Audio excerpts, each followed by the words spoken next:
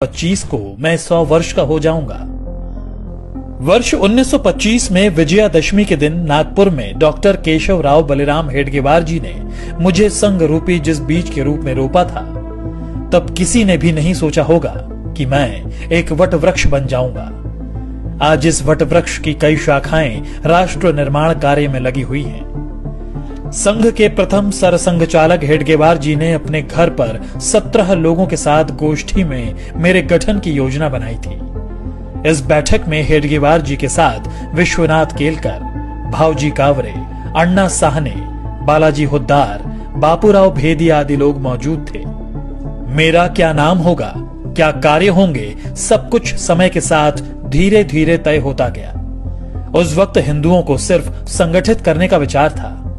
यहां तक कि संघ का नामकरण राष्ट्रीय स्वयं सेवक संघ भी 17 अप्रैल 1926 को तय हुआ। इसी दिन हेडगेवार जी को सर्वसम्मति से संघ प्रमुख चुना गया, लेकिन सरसंघचालक वे नवंबर 1929 में बनाए गए। मेरे नाम के अस्तित्व में आने से पहले 3 नामों पर विचार मंथन हुआ, जो थे राष्ट्रीय स्वयं सेवक संघ, जरीपटका मंडल और भारतोद्वारक मंडल,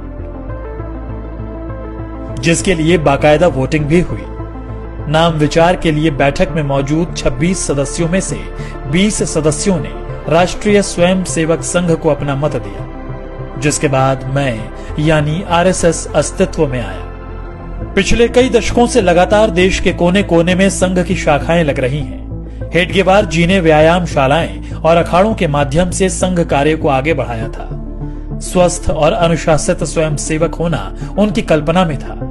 96 वर्ष के सफर में आज मेरे 80 से ज्यादा समविचारी और अनुषांगिक संगठन हैं। दुनिया के करीब 40 देशों में मैं सक्रिय हूं। पर मेरा यह सफर इतना भी आसान नहीं था।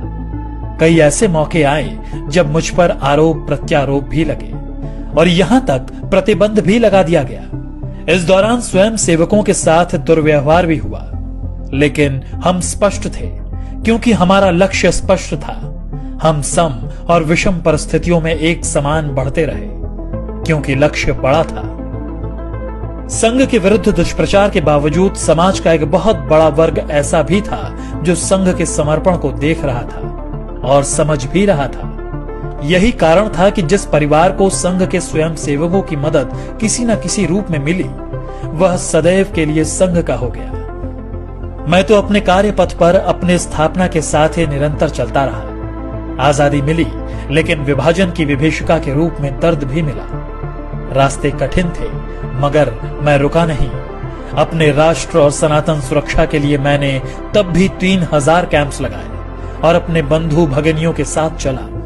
वर्ष 1962 में जब चीन ने धोखे से देश पर हमला कर दिया, तब मेरे परिवार के स्वयं सेवकों ने बखूबी अपना राज्य धर्म निभाया और जान पर खेलकर सरहदी इलाकों में रसद पहुंचाने में सेना की मदद की। इससे प्रभावित होकर तत्कालीन प्रधानमंत्री नेहरू ने 1963 में गणतंत्र दिवस की परेड में संघ को आमंत्रित किया।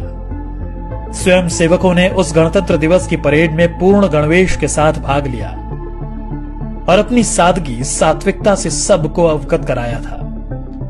इसके बाद वर्ष 1965 में पाकिस्तान से युद्ध के दौरान भी स्वयं सेवकों ने महत्वपूर्ण भूमिका निभाई।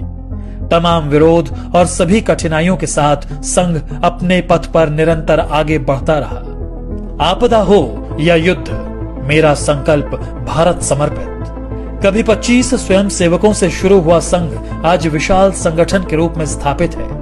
बिना स्वार्थ, तन मन धन से दिन रात राष्ट्र सेवा, मानव सेवा में स्वयं सेवक जुटे हुए हैं।